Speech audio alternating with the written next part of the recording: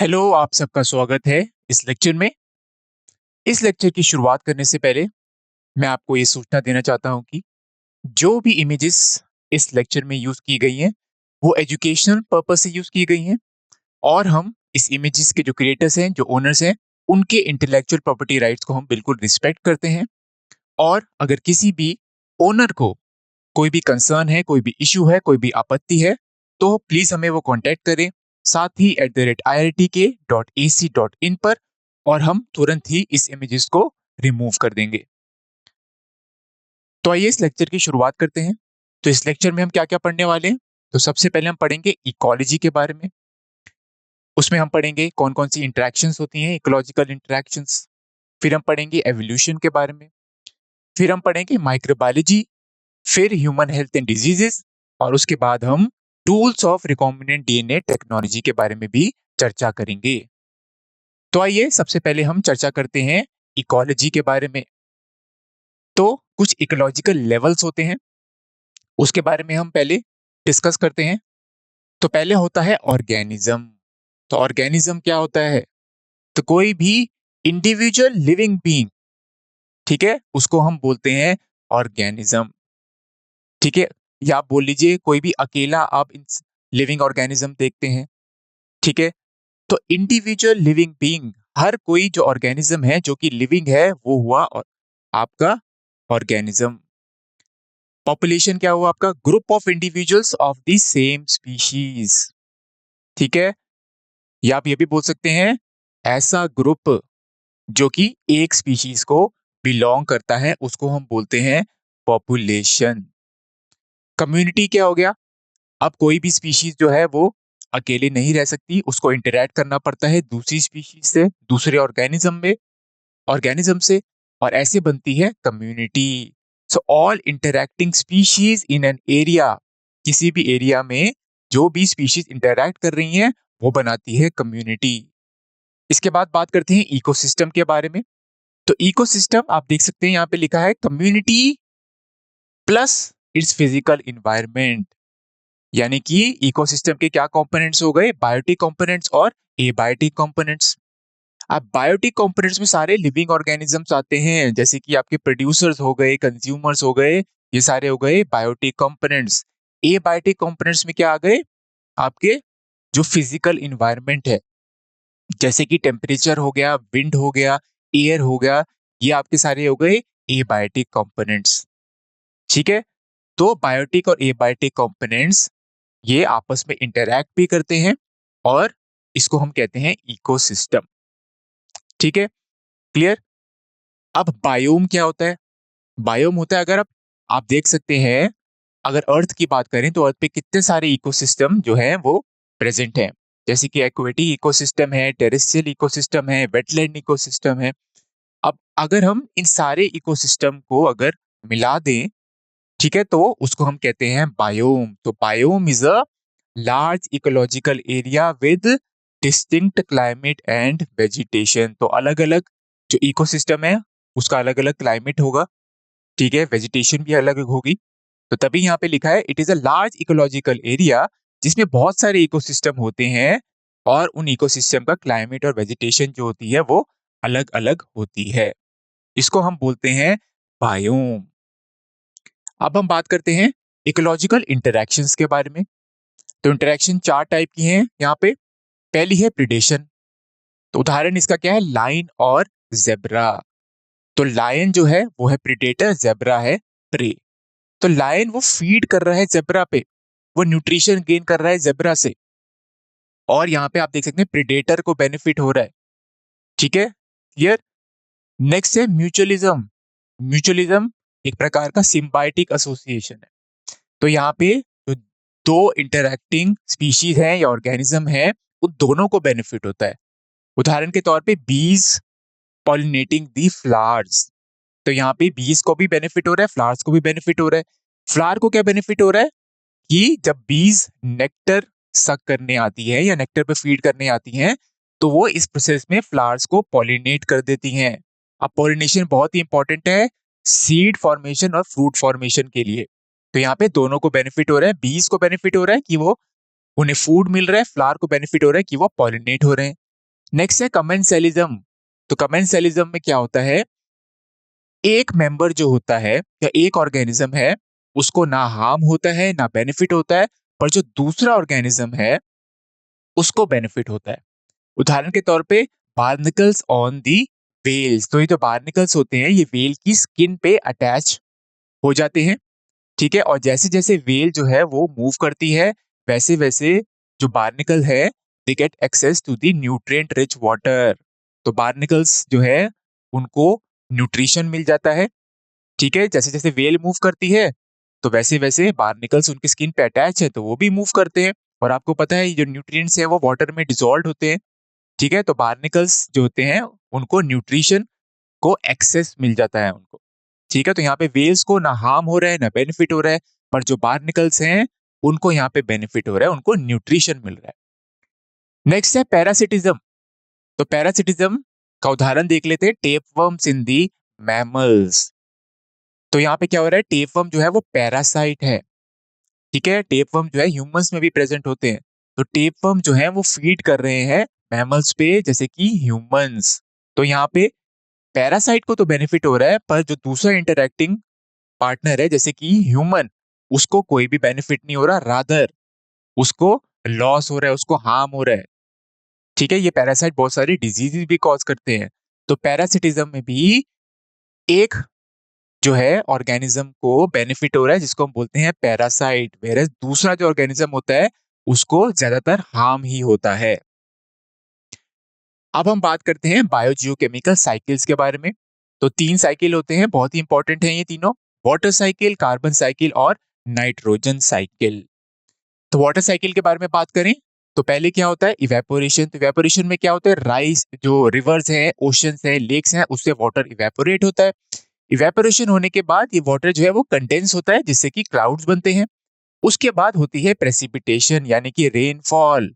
और नेक्स्ट है फिर इनफिल्ट्रेशन यानी कि जो रेन वाटर है वो फिर सॉइल के अंदर चला जाता है और हमारा ग्राउंड वाटर लेवल राइज हो जाता है, ठीक है। प्रेसिपिटेशन से जो रिवर्स और लेक्स और ओशंस है उसमें भी पानी जाता है, ठीक है। और फिर दोबारा इवेपोरेशन होता है, कंडेंसेशन, प्रेसिपिटेशन, इन्फिल्ट्रेशन। तो ये साइकिल चलता रहता है। नेक्स्ट है कार्बन साइकिल, ठीक है। तो यहाँ पे क्या हो रहा है, आपको पता है फोटोसिंथेसिस में क्या होता है, जो एटमॉस्फेरिक कार्बन डाइऑक्साइड होती है उसकी फिक्सेशन होती है इनटू ऑर्गेनिक मैटर, ठीक है। उसके बाद हो गया रेस्पिरेशन। तो जो भी ऑर्गेनिक मैटर प्रोड्यूस हुआ बाय फोटोसिंथेसिस, फोटोसिंथेसिस कौन करता है, प्लांट्स और ग्रीन एल्गी, क्लियर। तो उन्होंने ऑर्गेनिक मैटर प्रोड्यूस किया। रेस्पिरेशन में ऑर्गेनिक मैटर का ब्रेक डाउन होता है, ठीक है, जिससे कि कार्बन डाइऑक्साइड रिलीज होती है। तो यहाँ आप देख सकते हैं कार्बन डाइऑक्साइड रिलीज हो रही है, ठीक है। डिकम्पोजिशन में डेड और डिकेइंग ऑर्गेनिक मैटर होता है, उसकी डिकम्पोजिशन होती है बाय माइक्रो ऑर्गेनिज्म, उससे भी कार्बन डाइऑक्साइड रिलीज होती है। कंबशन में भी कार्बन डाइऑक्साइड रिलीज होती है। तो फोटोसिंथेसिस में कार्बन डाइऑक्साइड जो है वो फिक्स हो रही है, वो अब्सॉर्ब कर रहे हैं प्लांट्स। और रेस्पिरेशन, डिकम्पोजिशन और कंबशन में कार्बन डाइऑक्साइड रिलीज हो रही है। तो भी ये भी एक प्रकार का साइकिल है। किसी प्रोसेस में कार्बन डाइऑक्साइड जो है वो रिलीज हो रही है और किसी प्रोसेस में जैसे कि फोटोसिंथेसिस में कार्बन डाइऑक्साइड जो है एटमॉस्फेरिक कार्बन डाइऑक्साइड है वो वापस ऑर्गेनिक मैटर में कन्वर्ट हो रही है।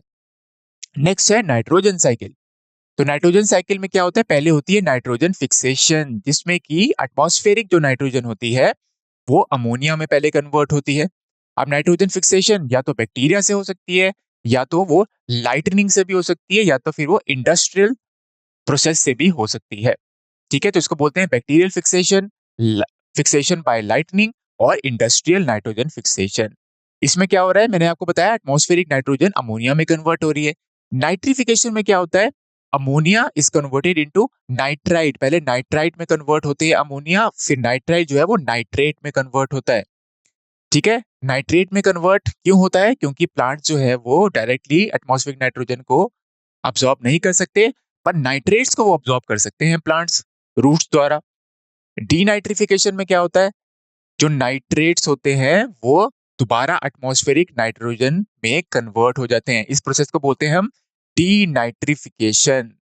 फिर अमोनिफिकेशन में क्या होता है, जो डेड ऑर्गेनिक मैटर होता है वो डायरेक्टली अमोनिया में कन्वर्ट हो जाता है, ठीक है। तो ये है आपका नाइट्रोजन साइकिल। और ये जो सारे प्रोसेसेस हैं ये बैक्टीरिया या माइक्रो ऑर्गेनिज्म द्वारा ये सारे प्रोसेसेस होते हैं। इन सारे प्रोसेसेस में ज्यादातर बैक्टीरिया इन्वॉल्व होते हैं। Nitrification, denitrification, ammonification, nitrogen fixation भी एक बैक्टीरिया करता है, राइजोबियम, जो कि सिम्बायोटिक नाइट्रोजन फिक्सेशन करता है। अब हम बात करते हैं एवोल्यूशन के बारे में। तो शुरुआत करते हैं हम थ्योरी ऑफ एवोल्यूशन से। ठीक है, तो पहले हम देख लेते हैं डेफिनेशन क्या है एवोल्यूशन की। It's a process by which organism change over time through natural selection, genetic variation and environmental pressure.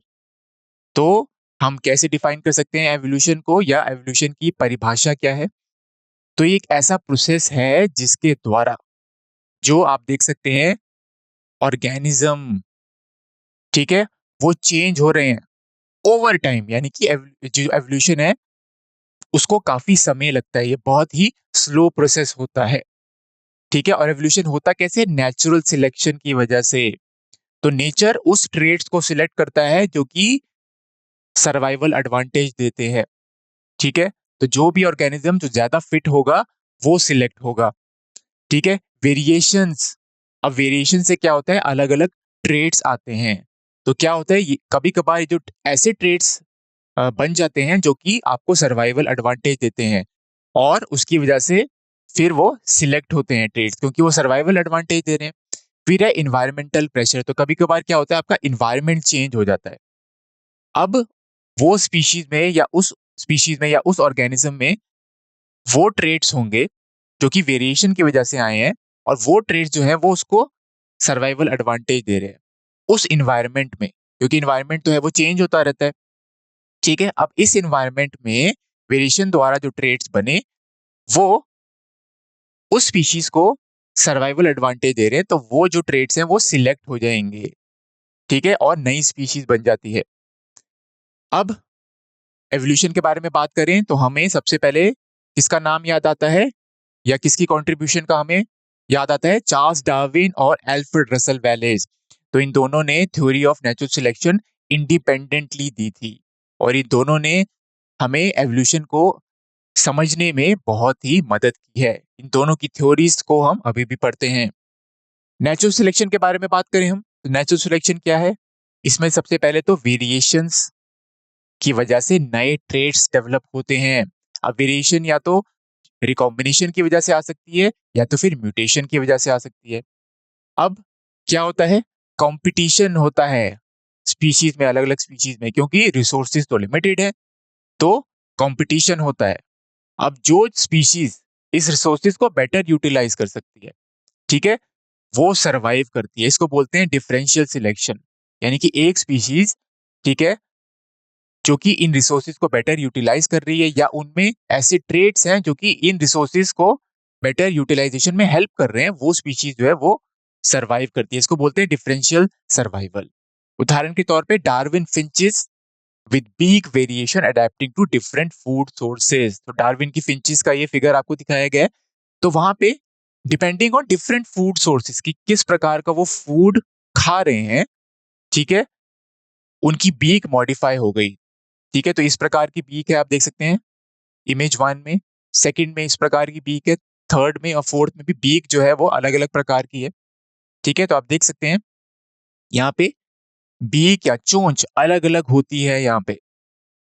ठीक है, क्लियर। और ये जो एवोल्यूशन हुई है, जो अलग अलग बीक मॉडिफिकेशन है, that is because of the different food sources.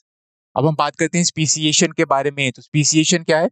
Species is the process by which new distinct species evolve from a common ancestor. एक कॉमन एंसेस्टर से दो अलग अलग स्पीशीज इवॉल्व हो रही हैं।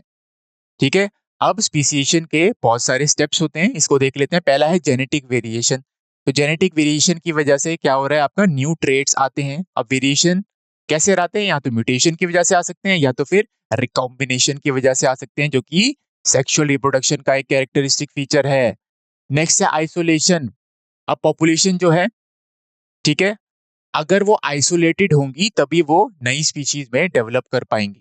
तो आइसोलेशन आपका ज्योग्राफिकल आइसोलेशन हो सकता है, इसको बोलते हैं एलोपैट्रिक स्पीसिएशन। इकोलॉजिकल हो सकता है, इसको हम बोलते हैं सिंपैट्रिक स्पीसिएशन। और तीसरा होता है पैरापैट्रिक स्पीसिएशन।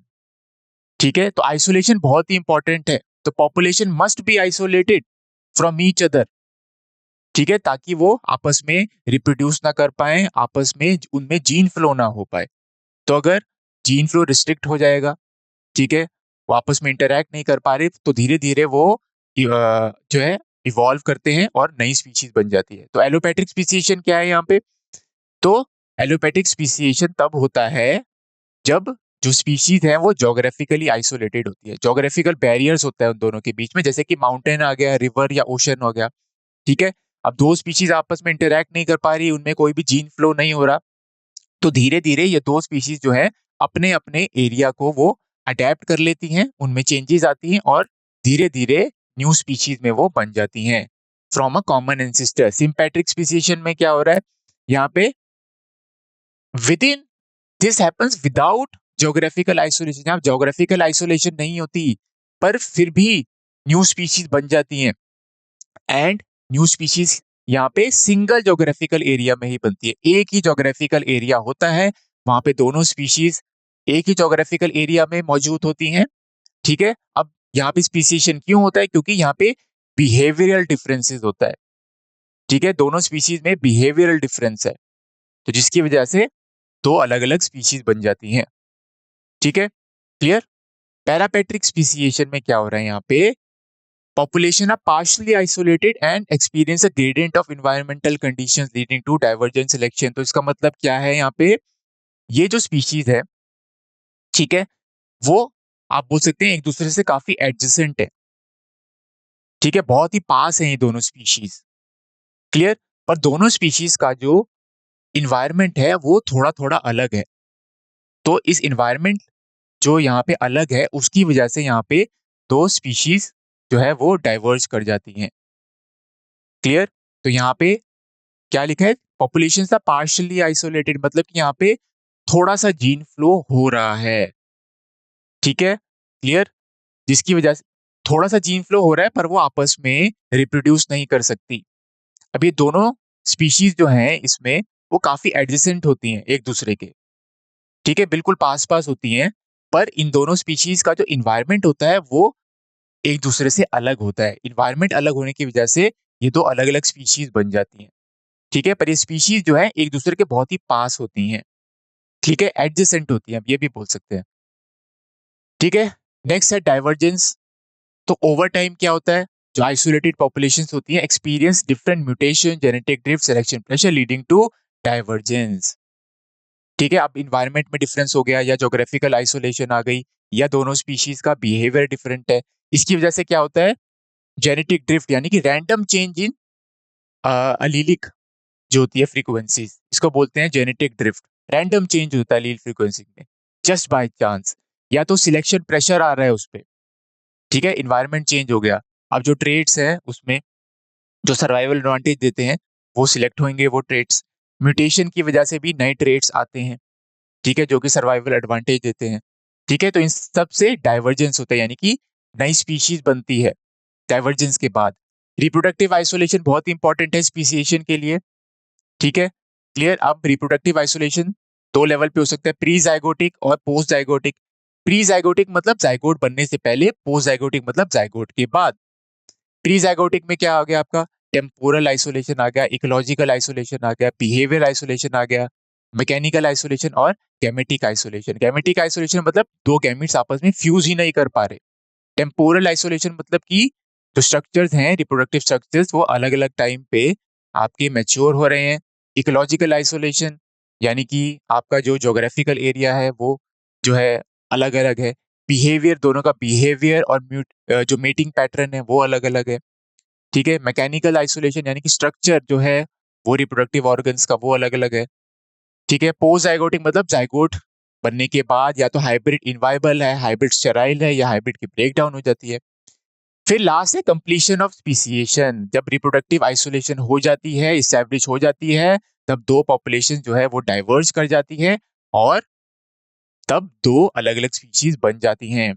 अब हम बात करते हैं माइक्रोबायोलॉजी के बारे में। तो माइक्रोबायोलॉजी में हम माइक्रो ऑर्गेनिजम्स के बारे में पढ़ेंगे। तो माइक्रो ऑर्गेनिज्म कौन कौन से होते हैं? बैक्टीरिया, वायरस, फंजाई और protozoans. Bacteria single cell prokaryotes होते हैं, उदाहरण के तौर पे ई कोलाई और स्ट्रेप्टोकोकस। वायरस आपको पता है नॉन सेलुलर होते हैं और इनको एक होस्ट की रिक्वायरमेंट होती है, होस्ट के अंदर जाके ही ये लिविंग होते हैं, होस्ट के बाहर जो होते हैं इसको हम नॉन लिविंग कंसीडर करते हैं। ठीक है, क्लियर?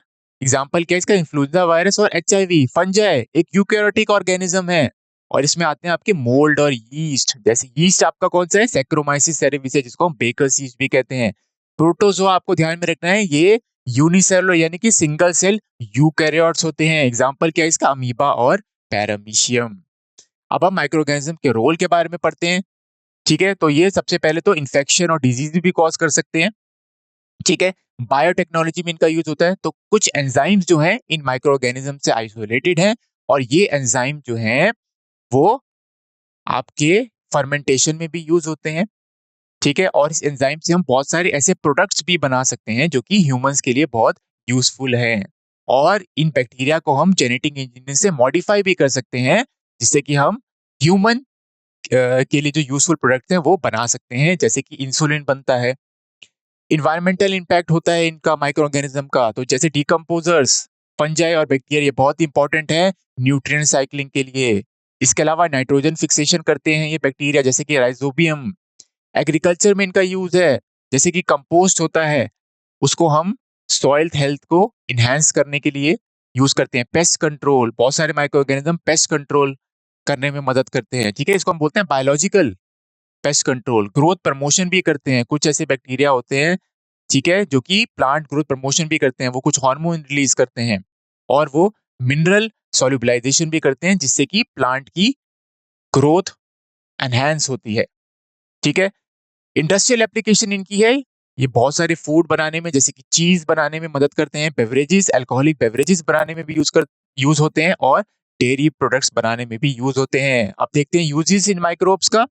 फर्मेंटेशन में, जैसे कि ब्रेड प्रोडक्शन में यूज हो रहे हैं। सैक्रोमाइसिस जो है वो यूज होता है ब्रेड प्रोडक्शन के लिए। ठीक है, अब आप देख सकते हैं जो डो है वो राइज क्यों करता है? क्योंकि जो सैक्रोमाइसिस है वो जब फर्मेंट करता है शुगर्स को तो कार्बन डाइऑक्साइड रिलीज होती है, जिसकी वजह से लीवनिंग ऑफ ब्रेड होती है, यानी कि ब्रेड जो है वो राइज करती है। डेयरी प्रोडक्ट, तो लैक्टिक एसिड बैक्टीरिया जो होता है, जैसे कि लैक्टोबैसिलस और सेप्टोकोकस, ये फर्मेंट करने में मदद करते हैं मिल्क को, जिससे कि योगर्ट और चीज बनता है। अल्कोहलिक बेवरेजेस बनाने में यूज होते हैं ये। फर्मेंटेड फूड्स बनाने में यूज होते हैं ये। ठीक है, जैसे कि आपका हो गया किमची हो गए, पिकल्स हो गए। क्लियर? नेक्स्ट है आपका फ्लेवर डेवलपमेंट, जैसे कि चीज प्रोडक्शन में यूज हो रहे हैं ये। ठीक है, चीज के फ्लेवर को एनहांस करने में यूज होते हैं ये बैक्टीरिया, जैसे कि पेनिसिलम फंगस, ये भी यूज होती है। Lactococcus, lactobacillus, soya sauce and miso बनाने में यूज हो रहे हैं ये। एस्परजिलस ओराइज, ये एक फंगस है। ठीक है, प्रोबायोटिक्स आपने देखा होगा यार, बेनिफिशियल बैक्टीरिया जैसे कि लैक्टोबैसिलस हो गया, ठीक है, बाइफिडो बैक्टीरियम हो गया, ये सारे प्रोबायोटिक्स की तरह यूज होते हैं। एक जगह इसके एडवांटेज भी है, दूसरी जगह इसके जो है डिसएडवांटेज भी है माइक्रो ऑर्गेनिज्म, क्योंकि बहुत सारे डिजीज कॉज कर सकते हैं, जैसे कि ट्यूबरक्लोसिस, जो कि माइकोबैक्टीरियम ट्यूबर क्लोसिस से होता है। इसके सिम्टम्स हैं कफ और चेस्ट पेन है।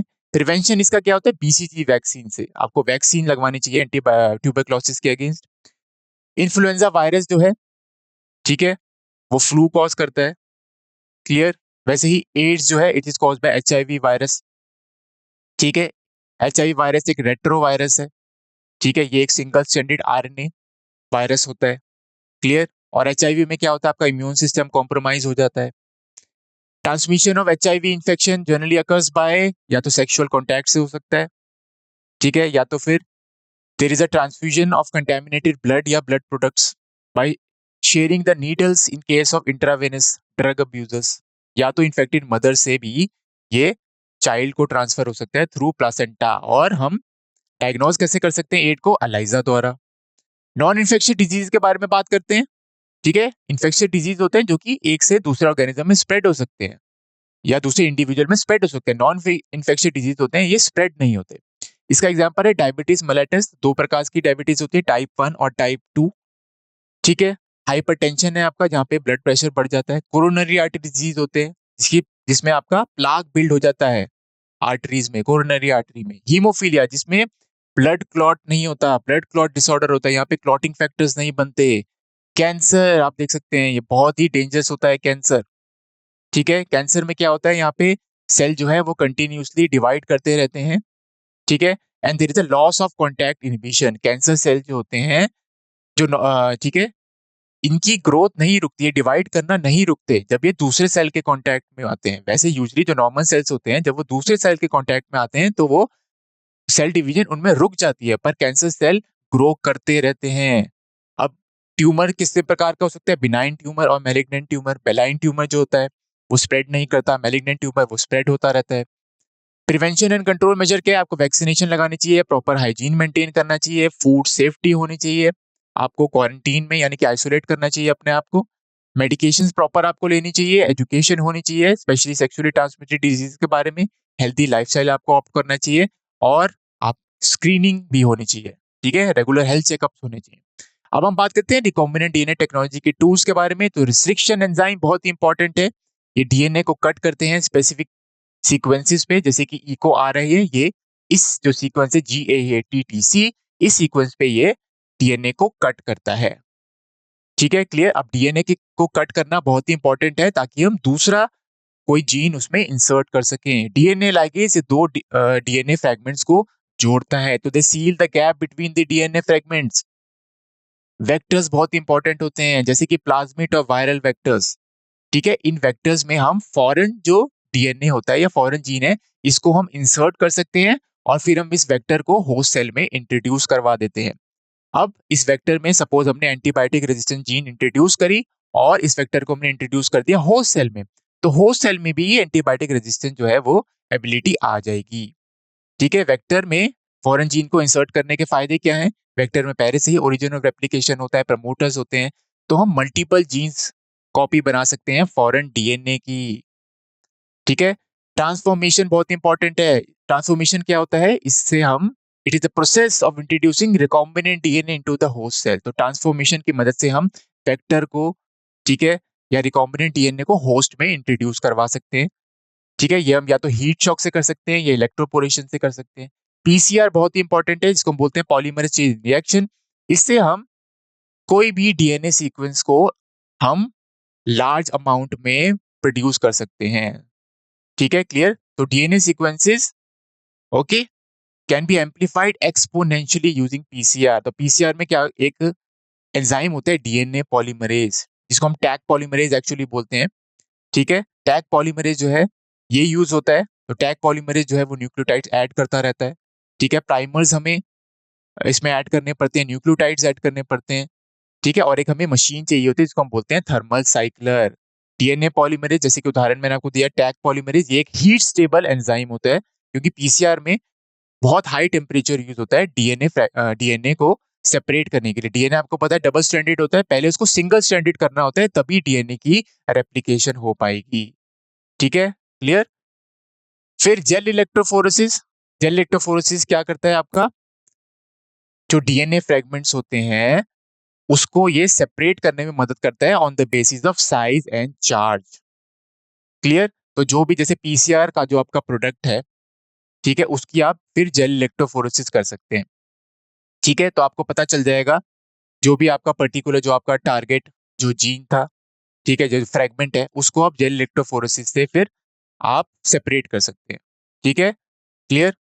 इसके एप्लीकेशन के use to analyse the result of DNA manipulations and verify the presence of specific fragment, की स्पेसिफिक फ्रेगमेंट उसमें है या नहीं। सपोज पीसीआर से हमने एक पर्टिकुलर रीजन को एम्पलीफाई किया था, उसको हमें फिर देखना है, ठीक है। तो हम जेल इलेक्ट्रोफोरेसिस की मदद से उसको हम उसकी प्रेजेंस को हम देख सकते हैं, ठीक है, फिर हम उसको फिर कट करके इल्यूट भी कर सकते हैं। डीएनए सीक्वेंसिंग, डीएनए सीक्वेंसिंग बहुत ही इंपॉर्टेंट है। डीएनए सीक्वेंसिंग से हम न्यूक्लियोटाइड की एग्जैक्ट सीक्वेंस को हम जो है उसका पता लगा सकते हैं, ठीक है। टेक्निक्स क्या होती है डीएनए सीक्वेंसिंग की? सिंगल सीक्वेंसिंग और नेक्स्ट जनरेशन सीक्वेंसिंग से हम डीएनए सीक्वेंस को हम डीएनए सीक्वेंस का हम पता लगा सकते हैं, ठीक है, clear. Southern blotting, Southern blotting बहुत ही इंपॉर्टेंट है। Southern blotting is a technique to detect specific DNA sequences. तो सदर्न ब्लॉटिंग से हम कोई भी स्पेसिफिक डीएनए सीक्वेंस का पता लगा सकते हैं, ठीक है। अब इसमें हम प्रोब्स बनाते हैं, ये प्रोब जो है ये स्पेसिफिकली, ठीक है, ये जो स्पेसिफिक डीएनए सीक्वेंस होती है इससे हाइब्रिडाइज कर जाते हैं, ठीक है, क्लियर है।